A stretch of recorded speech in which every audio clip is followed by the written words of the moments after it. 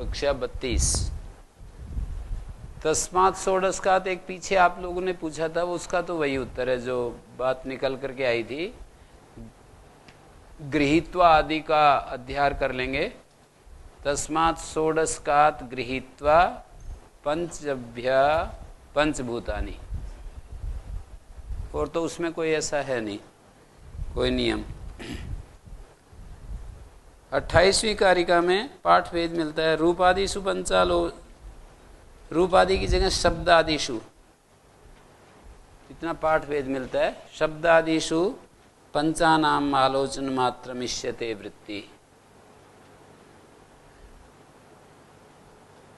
जो ज्यादा अंतर तो पड़ेगा नहीं, रूपादि की जगह शब्दादि कह दिया।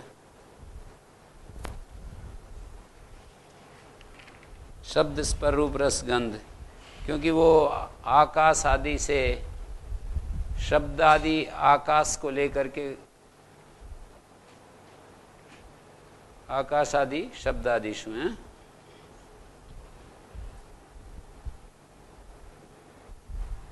पृथ्वी अप तेज वायु आकाश। पृथ्वी अप तेज वायु आकाश, ऐसा बोलते हैं ना। तो ये आकाश के साथ शब्द स्पर्श रूप रस गंध, तो ये रूपादिशु यहां से पकड़ करके बता दिया है। रूपादिशु, ये जो रूपादिशु कहीं कहीं शब्दादिशु मिलता है, तो शब्दादिशु ये शब्द स्पर रूप रस गंध।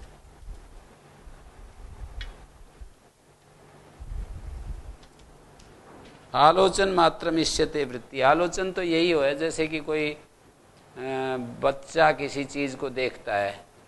जैसे गूंगा व्यक्ति, जन्म से गूंगा व्यक्ति और किसी बिना पढ़ा लिखा, और जैसे गूंगा भी तो पढ़ लेते हैं ना, तो गूंगा व्यक्ति और बिना पढ़ा लिखा और शब्दों का व्यवहार न जानता हो, बिल्कुल एक शब्द भी उसने सुन नहीं रखा हो, फिर वो चीजों को देखता है जैसे,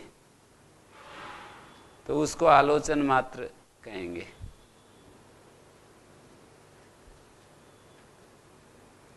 रूप के साथ जब जोड़ करके आप देखेंगे तो मेरे ख्याल में रूप आदि इन्होंने बीच में से रूप को उठा करके इसीलिए दिया है कि वो मानी अन्य इंद्रियों के विषय तो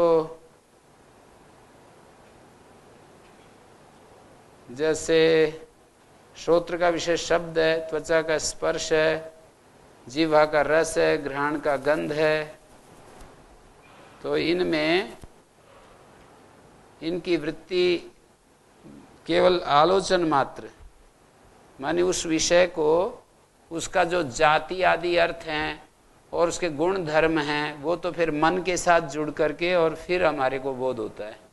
इंद्रियों से तो केवल उसका आलोचन मात्र, सभी का उपलक्षण है, आलोचन मात्र सभी इंद्रियों के विषय का।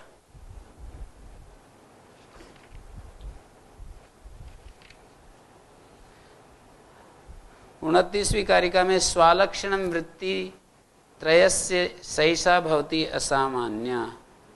ये जो अपना अपना जो लक्षण है, अहंकार मन और बुद्धि का, बुद्धि अहंकार और मन का, स्वालक्षणम वृत्ति, बुद्धि अहंकार मन, इन तीनों का अपना अपना लक्षण, जो क्रम से त्रयस्य सैषा भवति असामान्य, इन तीनों की स्वालक्षणम वृत्ति असामान्य वृत्ति भवति। ये जो बुद्धि का काम है निश्चय करना, ये इसका असामान्य वृत्ति है। अहंकार का जो अभिमान करना है वो असामान्य होता है, और इसी तरह से मन का जो संकल्प करना है वो असामान्य है। असामान्य का अर्थ है विशेष, दूसरों से अलग। बुद्धि अहंकार मन तीनों का अपना अपना लक्षण है ना, जो पीछे बताया। तो इन तीन स्वालक्षणम वृत्ति व्यापार, ये उसकी विशेष वृत्ति है। असामान्य वृत्ति सा ऐसा असामान्य वृत्ति भवति, विशेष वृत्ति होती है। विशेष किस तरह से? माने जैसे आँख की विशेष वृत्ति देखना है, कान की विशेष वृत्ति सुनना है, ऐसे ही बुद्धि की विशेष वृत्ति निश्चय करना है, अहंकार की विशेष वृत्ति अभिमान करना है, और मन की विशेष वृत्ति संकल्प करना है। उसका ही जो कार्य है वो विशेष होता है ना। सामान्य वृत्ति भी है इसके साथ में, वो दिखा रहे हैं। विशेष वृत्ति के साथ में सामान्य वृत्ति क्या है वो दिखा रहे हैं। कर्णों की अन्य सामान्य वृत्ति भी है। वो क्या है सामान्य वृत्ति? सामान्य कर्ण वृत्ति, कर्णों की जो वृत्ति है सामान्य प्राणाद्या वायवा पंच, प्राण आदि जो 5 वायु हैं ये कर्णों की सामान्य वृत्ति है। कर्णों की जो ये 3 कर्ण हैं इनकी विशेष वृत्ति तो हो गई संकल्प करना, निश्चय करना, अभिमान करना, ये इनकी विशेष वृत्ति है। और इन कर्णों की सामान्य वृत्ति क्या है? तो कह रहे हैं प्राण अपान व्यान समान उदान का जो कर्म है ना, प्राण आदि जो 5 वायु हैं उनका जो अपना अपना जो कर्म है ये कर्णों की सामान्य वृत्ति है। प्राण के जो कार्य हैं वो भी इस अंतःकरण के द्वारा कार्य हैं, पर वो सामान्य कार्य हैं अंतःकरण के। हाँ जी गुरु जी, ये अहंकार से शब्द तन्मात्रा और शब्द तन्मात्रा से फिर आकाश बनता है, और एक आकाश ऐसे खाली स्थान, दो प्रकार से आकाश। एक तो अनुत्पन्न तत्व है जी, तो ये फिर कैसे एक आकाश है? ये जैसे पृथ्वी जल वायु इनको तो हम देख पा रहे हैं, केवल आकाश को देख नहीं पा रहे। आकाश के एक गुण जो शब्द हैं वो उससे पता लगेगा, उससे पता चलेगा। और एक आकाश जो खाली स्थान है वो एक अलग से है। और ये जो जैसे वो आप बोल रहे थे वही बात यहाँ भी लगा लेंगे। मन को हम देख नहीं पा रहे पर संकल्प से तो समझ ही रहे हैं जी। बुद्धि को वैसे देख नहीं पा रहे तो उसका निश्चय करने के गुण से तो समझ ही रहे हैं। तो इस तरह से कर्णों की प्राण आदि ये जो हैं ये सामान्य वृत्तियां हैं कर्णों की, अंतःकरण की। प्राणनाथ प्राण है, शरीर में प्राण नामक वायु का स्थान मुख और नासिका है, उसका स्पंदन रूप ये कर्ण वृत्ति केवल अंतःकरण का माने या 13 का ही मान लें? व्याख्याकार तो 13 का भी बता रहे हैं ना। 13 कर्णों का सामान्य कर्ण वृत्ति, इन 13 कर्णों का ये सामान्य व्यापार है, ये जो प्राण रूप जो व्यापार है। त्रयोदश विधस्यापि कर्ण सामान्य वृत्ति ऐसे लिखा है गौड़पादाचार्य ने आखिरी पंक्ति में 29वीं कारिका का जो आखिरी पंक्ति है वो ही लिखी है, त्रयोदश विधस्यापि कर्ण सामान्य वृत्ति। त्रयोविध जो कर्ण है उसकी कर्ण 13 की कर्ण सामान्य वृत्ति। इंद्रियों की सामान्य वृत्तियों का वर्णन यहाँ पर हुआ। इंद्रियों की विशेष वृत्तियां हैं कर्ण की भी, जैसे अंतःकरण की विशेष वृत्तियां क्या हैं? निश्चय करना, अभिमान करना, संकल्प करना। और ज्ञानेंद्रियों की विशेष वृत्तियां क्या हैं? देखना, सुनना आदि आदि। ये जो है ना, गंध ग्रहण करना नासिका की, रस ग्रहण करना जिह्वा की, रूप ग्रहण आँख की, स्पर्श त्वचा की, शब्द कर्ण की हैं। और हाथ की सामान्य वृत्ति विशेष वृत्ति। विशेष वृत्ति है ग्रहण करना। और पैरों का क्या है? पीछे बताया ना। कर्मेंद्रियों की विशेष वृत्ति पिछले वाली कारिकाओं में बताया ना, वचन आदान विहरण उत्सर्ग आनंदाश्च पंचानाम। कर्मेंद्रियों के जो कर्म हैं वो उनकी विशेष वृत्ति है।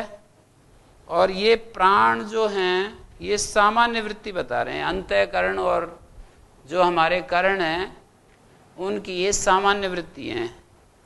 प्राण अपान, अपान जो होता है वो मल मूत्र का अपनयन करता है, अपनयन निस्सारण करने से वो अपान कहलाता है।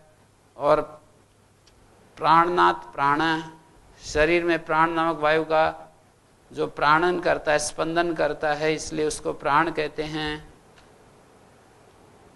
ओम। हाँ जी गुरु जी, ये व्यापार कह रहे हैं, व्यापार मतलब कार्य? व्यापार माने कार्य, वृत्ति। जैसे मन का तो कह दिया कि संकल्प विकल्प करना जी, तो ये जो 5 प्राण हैं ये भी इन करणों के ही व्यापार हैं, इन करणों के द्वारा ही उत्पन्न होते हैं। करणों के माध्यम से, करणों के ये सामान्य व्यापार हैं। करणों के विशेष व्यापार नहीं, सामान्य व्यापार बता रहे हैं। यानी कर्ण के प्राण द्वारा के रहने पर ही ये अस्तित्व लाभ करते हैं। करणों के ये सामान्य व्यापार हैं, अर्थात प्राण के रहने से ही ये जो करण है ये अपना अपना काम करते हैं। जैसे संकल्प विकल्प तो मन पहले है, उसके बाद में संकल्प विकल्प है, तो हमने कहा कि ये व्यापार हो गया मन का, ये विशेष व्यापार हो गया। विशेष व्यापार हो गया। तो प्राण तो हैं पहले से नहीं, प्राण के होने से ही ये करण अपना अपना कार्य कर रहे हैं, तो करणों के ये सामान्य व्यापार हैं। इस अर्थ में इनको देखना पड़ेगा भी। ये तो प्राणों के रहते हुए ही करण अपना अपना काम करते हैं, तो इस अर्थ में ये करणों के सामान्य व्यापार हैं। यानी सामान्य व्यापार पहले से रहते हैं, जिनकी उपस्थिति में रह करके कार्य होते हैं उसको सामान्य व्यापार कह रहे हैं, और जो उत्पन्न होते हैं वो विशेष व्यापार। ऐसे हम उत्पन्न का मतलब है कि जो ये आँख नाक कान आदि जो अपना अपना व्यापार करते हैं, देखने का व्यापार, सुनने का व्यापार, ये विशेष व्यापार है? और प्राणों इंद्रियों के सामान्य व्यापार हैं ये प्राण। इंद्रियों के सामान्य व्यापार हैं ये प्राण। माने ध्वनि तो ऐसा आ रही है कि इंद्रियां और इंद्रियां जो है, इंद्रियां और मन, बुद्धि, अहंकार,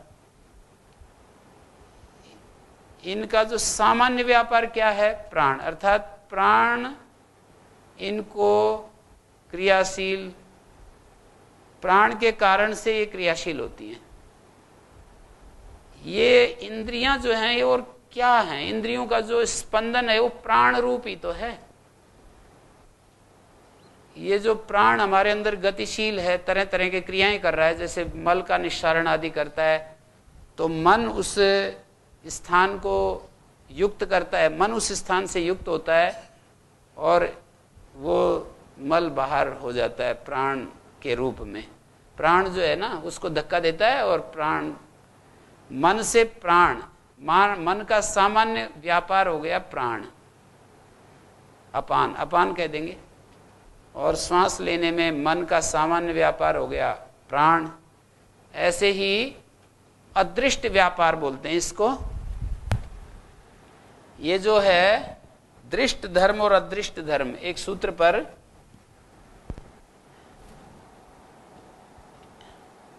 निरोध धर्म संस्कारा,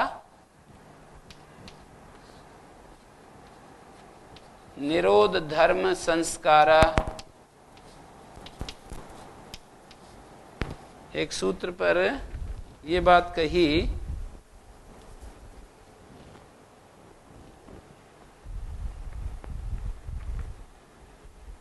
चित्त के 2 धर्म हैं, एक का नाम दृष्ट धर्म और एक का नाम अदृष्ट धर्म। 2 प्रकार के धर्म हैं। दृष्ट धर्म तो वृत्ति रूप हैं और अदृष्ट धर्म संस्कार के रूप में, उसके साथ में और भी हैं। जो हमारे चित्त में संस्कार इकट्ठे होते हैं ना, वो भी चित्त का धर्म है, पर वो अदृष्ट धर्म उसको कहेंगे कि ये दिखाई नहीं देता है। निरोध धर्म संस्कारा परिणामात परिणामोथ जीवनम, परिणामोथ जीवनम,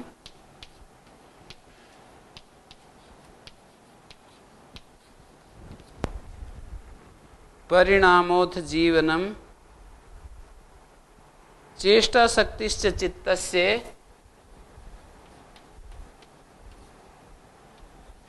चेष्टा शक्तिश्च चित्तस्य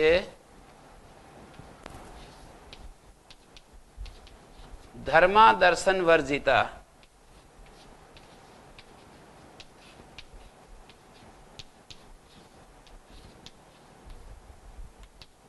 ये एक ऐसे समझिए, क्रमान्यत्वे क्रमान्यत्वं परिणामान्यत्वे हेतु। योग दर्शन के तीसरे पाद का 15 नंबर सूत्र है, 3:15 है ये सूत्र। 3:15 पर ये व्यास भाष्य में पढ़ा है। चित्त के दो धर्म बतलाए, एक दृष्ट धर्म है, एक अदृष्ट धर्म है। धर्मा दर्शन वर्जिता, दर्शन वर्जित, दृष्ट धर्मों को छोड़ करके ये इतने धर्म और हैं, 7 धर्म और बतला दिए। दृष्ट धर्म तो ये वृत्ति रूप है, जो हमारा चित्त संकल्प आदि करता है, जो प्रमाण विपर्य विकल्प निद्रा स्मृति आदि जो वृत्तियां हैं, वृत्ति रूप जो धर्म है वो तो दृष्ट धर्म है। और ये अदृष्ट धर्म है। क्या? चित्त के अंदर एक निरोध धर्म उत्पन्न होता है, निरोध रूप जो एक स्थिति आती है चित्त के अंदर, असंप्रज्ञात समाधि जिसको कहते हैं। और धर्म जिसको कहते हैं कि ये धर्माधर्म संस्कार, निरोध धर्म संस्कारा, निरोध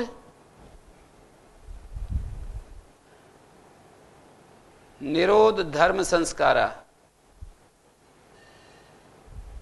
और संस्कार, ये जो वासना रूप संस्कार को संस्कार कह देंगे, और जो कर्माशय के रूप में जो धर्माधर्म रूप संस्कार है वो धर्म शब्द से कह देंगे।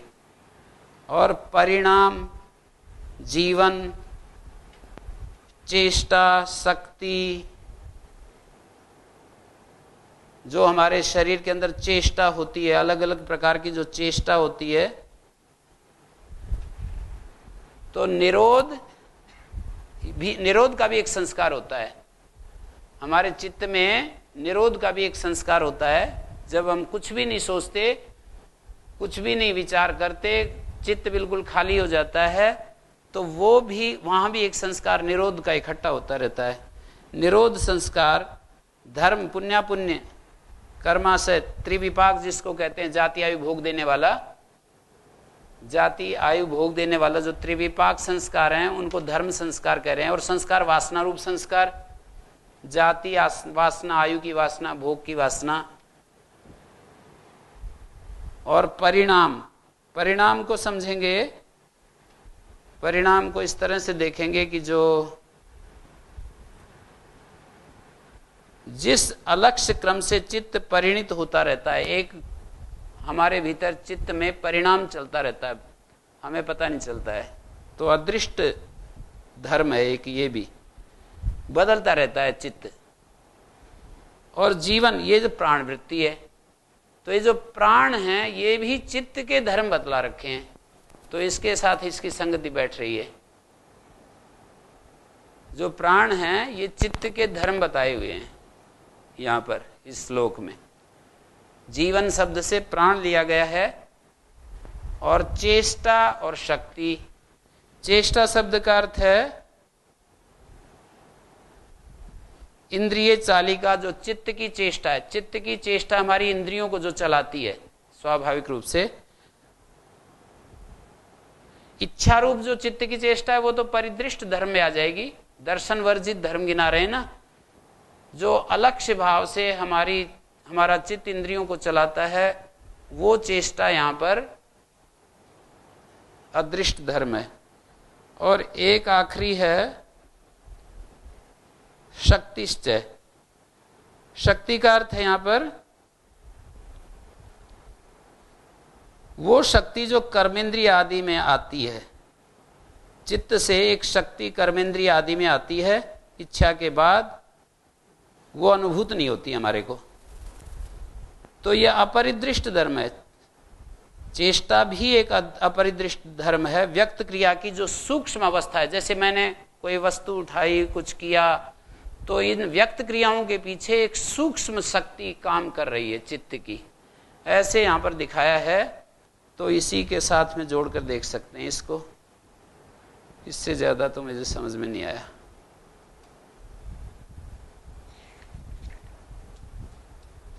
सामान्यकरण वृत्ति प्राणाद्या वायवा पंच। अगली कारिका युगपत चतुष्टयस्य तु वृत्ति क्रमशश्च तस्य निर्दिष्टा दृष्टे तथाप्यदृष्टे त्रयस्य तत्पूर्विका वृत्ति। करणों की युगपत और अयुगपत वृत्ति होती है, ये दिखा रहे हैं। 3 तो हमारे अंतःकरण और एक बाह्यकरण में से ना, कोई भी रूप आदि पदार्थ के अनुसार चक्षुर आदि एक एक बाह्यकरण, 3 अंतःकरण, 1 बाह्यकरण, 4 हो गए। चतुष्टयस्य वृत्ति ही युगपत क्रमशश्च, एक साथ भी होती है, युगपत का अर्थ एक साथ, और क्रम से भी होती है। यद्यपि एक साथ तो नहीं होती, पर इतना सूक्ष्म है उसको हम देख नहीं पाते हैं ना। जैसे 100 पत्ते कमल के रखें एक साथ, हम उसको निकाल दें सुई को, और उसमें हमें पता नहीं चलता कि ये कितना समय लगा। ऐसे हमारे मन, बुद्धि और इंद्रियों की जो मिलकर चेष्टा होती है, सूक्ष्म काल का अंतर हो सकता है, पर उस काल को अलग एक तरफ करके और सामान्य रूप से कह रहे हैं कि युगपत होती है। जैसे मन, बुद्धि, चित्त की क्रिया और इंद्रिय की क्रिया मिलकर के जैसे मैं देख रहा हूं किसी को, तो इसमें काल का अंतर नहीं पड़ता। तो उसी को दिखाया युगपत वृत्ति क्रमशश्च। और कभी कभी ऐसी भी परिस्थिति होती है कि क्रम से होती है। जैसे किसी अंधेरे में किसी चीज को देखा, ये ठूंठ है या ये आदमी है, ऐसे कल्पना करते हैं, ये मेरी तरफ आ रहा है या मैं यहाँ, मेरे को ठहरना चाहिए नहीं ठहरना चाहिए, ऐसे क्रम से भी होती है। एक एक विचार आता है ना उसको देख करके। तो एक बार जैसे मैंने देखा और तुरंत पता लग गया कि ये मनुष्य बैठे हैं, ये गायें बैठी हैं, ये वृक्ष हैं, क्रम से भी होती है, ये दिखाया। दृष्टे तथाप्यदृष्टे, दृष्ट विषय में और अदृष्ट विषय में, अदृष्ट यानी परोक्ष पदार्थ के विषय में, जो चीजें हमारे सामने नहीं, स्मृति के रूप में जो चीजें आती हैं उसको अदृष्ट विषय कह देंगे। दृष्टे तथाप्यदृष्टे, परोक्ष पदार्थों में बाह्य इंद्रियों के तात्कालिक व्यापार को छोड़कर तत्पूर्विका, प्रत्यक्ष पूर्विका, मानी हमारे अंदर बाह्य इंद्रिय जन्य ज्ञान पूर्वक होती है, वो पहले हमने उसको देखा होता है, फिर अब इस समय तो अदृष्ट विषय में बाह्य ज्ञान पूर्वक होती है, पर वो 3 की होती है। 3 की मानी अंतःकरण, जो 3 अंतःकरण है। अदृष्ट विषय में तो 3 अंतःकरण ही करेंगे, वहां पर हमारे जो ज्ञानेंद्रियां तो वहां कुछ काम करेंगी नहीं। अदृष्ट विषय में मान लीजिए भूतकाल की कोई घटना हम याद कर रहे हैं, तो वो 3 जो अंतःकरण है प्रत्यक्ष पूर्वक ही होता है। जैसे वहां भी कहा, अनुभूत विषय संप्रमोषा स्मृति, देखे हुए प्रत्यक्ष किए विषय का हम स्मरण करते हैं। तो स्मरण करने योग्य विषय में या कोई भावी चिंतन कर रहे हैं हम, अतीत और अनागत 3 काल है ना, एक अतीत, अनागत और वर्तमान। तो वर्तमान काल के लिए तो पहली पंक्ति हो गई, अतीत और अनागत के लिए दूसरी होगी। अदृष्टे शब्द से कह रहे हैं कि अनागत विषय में मन, बुद्धि, अहंकार की प्रत्यक्ष पूर्वक वृत्ति होती है, मानी उसको हमने पहले प्रत्यक्ष किया हुआ होता है, और फिर ये इस समय भूतकाल की किसी विषय में या भविष्यत काल का किसी चिंतन, कोई विषय को विचार में लाता है। हमारे चित्त में आगे का कोई विचार या पीछे का कोई विचार आता है, तो तीनों मिलकर के करते हैं वहां, बुद्धि, अहंकार और मन। और दृष्ट विषय में तो 4 हो जाते हैं। क्रम से भी होता है, एक साथ भी होता है, ये बताया। इसमें ये बताया करणों की प्रवृत्ति या व्यापार वृत्ति कैसे चलती है। तो ये कहा कि 3 तो अंतःकरण और 1 बाह्यकरण जैसे जुड़ा रहता है, आंख का विषय या शब्द का या कान, इसका स्पर्श का या नासिका का, सारे इंद्रियों का तो एक साथ नहीं होता है। इधर अंतःकरण और इधर हम आंख से देखते हैं, या अंतःकरण और इधर कान से सुनते हैं, अंतःकरण और त्वचा से छूते हैं, अंतःकरण वो तो पता लगता नहीं है।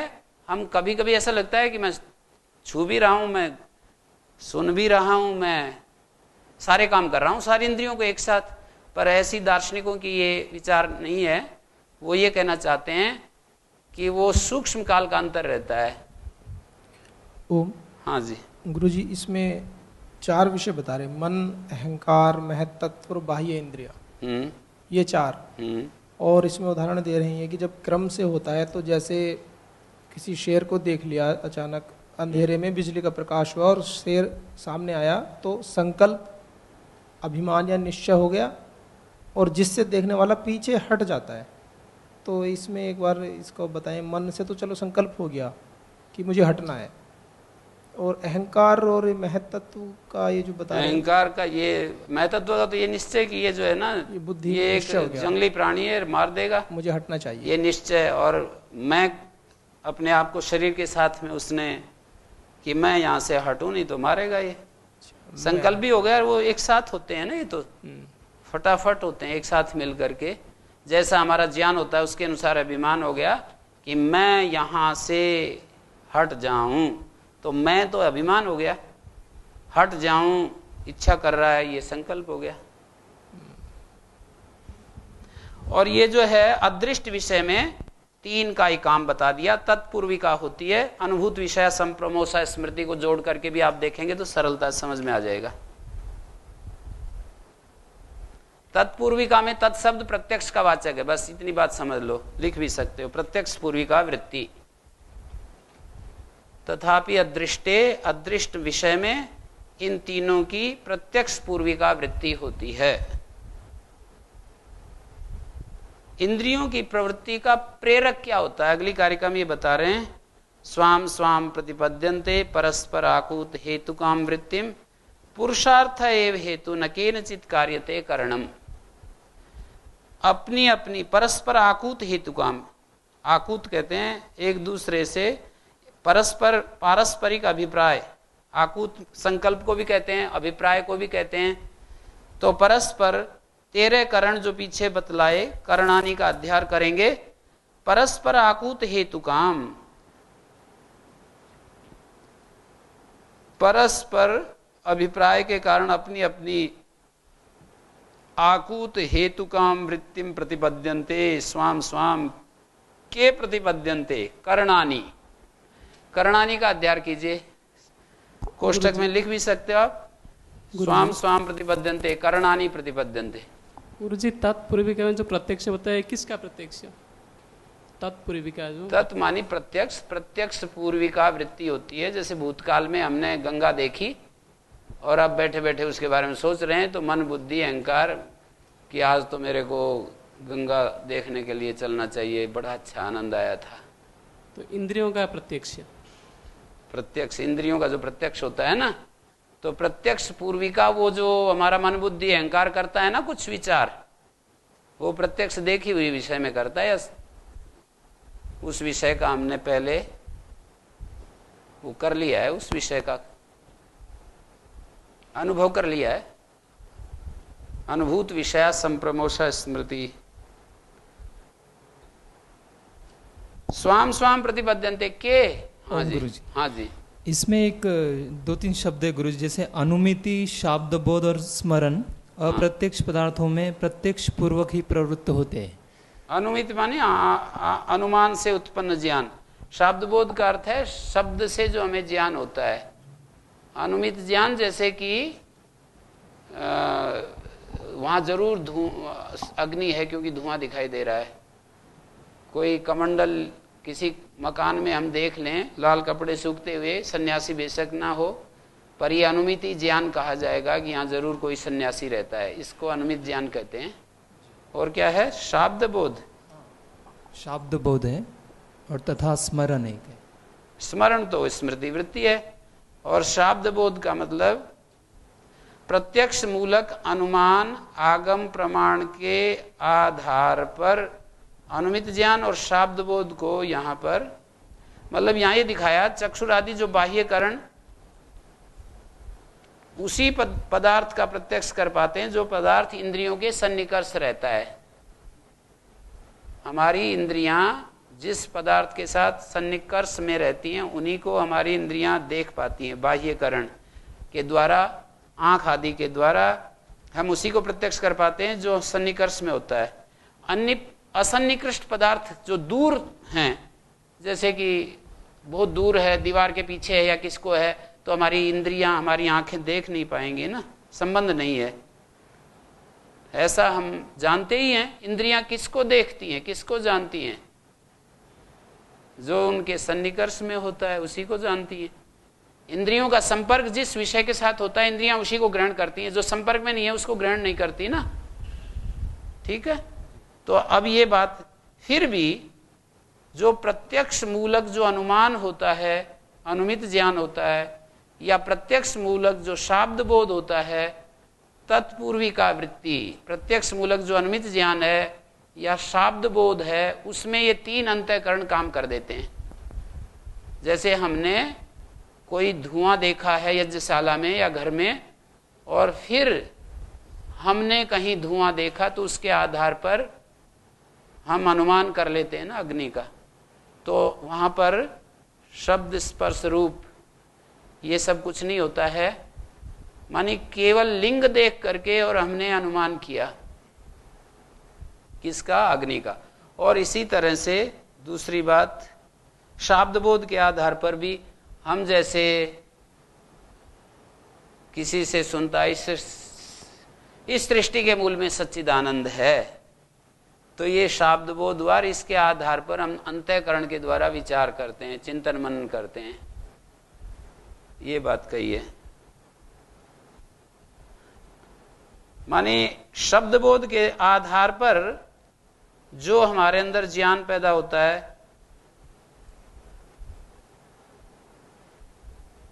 और अनुमित आधार पर ज्ञान होता है, प्रत्यक्ष मूलक अनुमान और प्रत्यक्ष मूलक जो शब्द प्रमाण है उसके आधार पर अनुमित ज्ञान और शाब्द बोध को दार्शनिक स्वीकार करते हैं। और इस स्थल में कारिका में तत्पूर्विका, प्रत्यक्ष पूर्विका ऐसा संकेत किया। मानिए अदृष्ट विषय में, अतीत और अनागत विषय में बाह्यकरण जो उनका हमने पहले उपयोग लिया हुआ होता है, अब अंतःकरण त्रय युगपत या क्रम से वृत्तियां उसमें आ रही हैं। उसी को कहने के लिए यहां रूप में चक्षु पूर्विका, स्पर्श में त्वक पूर्विका, गंध में घ्राण पूर्विका, रस में रसनेन्द्रिय पूर्विका, शब्द में श्रवण पूर्विका, अहंकार बुद्धि की क्रम से वृत्तियां होती हैं। अलग भी जब हम नहीं उस चीज को देख रहे होते हैं तब की बात कर रहे हैं। जैसे आप यहां बैठे हुए हो, किसी देखी हुई चीज के बारे में याद कर सकते हो, तो प्रत्यक्ष पूर्विका अंतःकरण की वृत्ति काम कर रही है। तो ये 31वीं कारिका तो हो गई। करणानि स्वाम स्वाम प्रतिपद्यन्ते परस्पराकूत हेतुकाम वृत्तिम, कल फिर कर सकते हैं।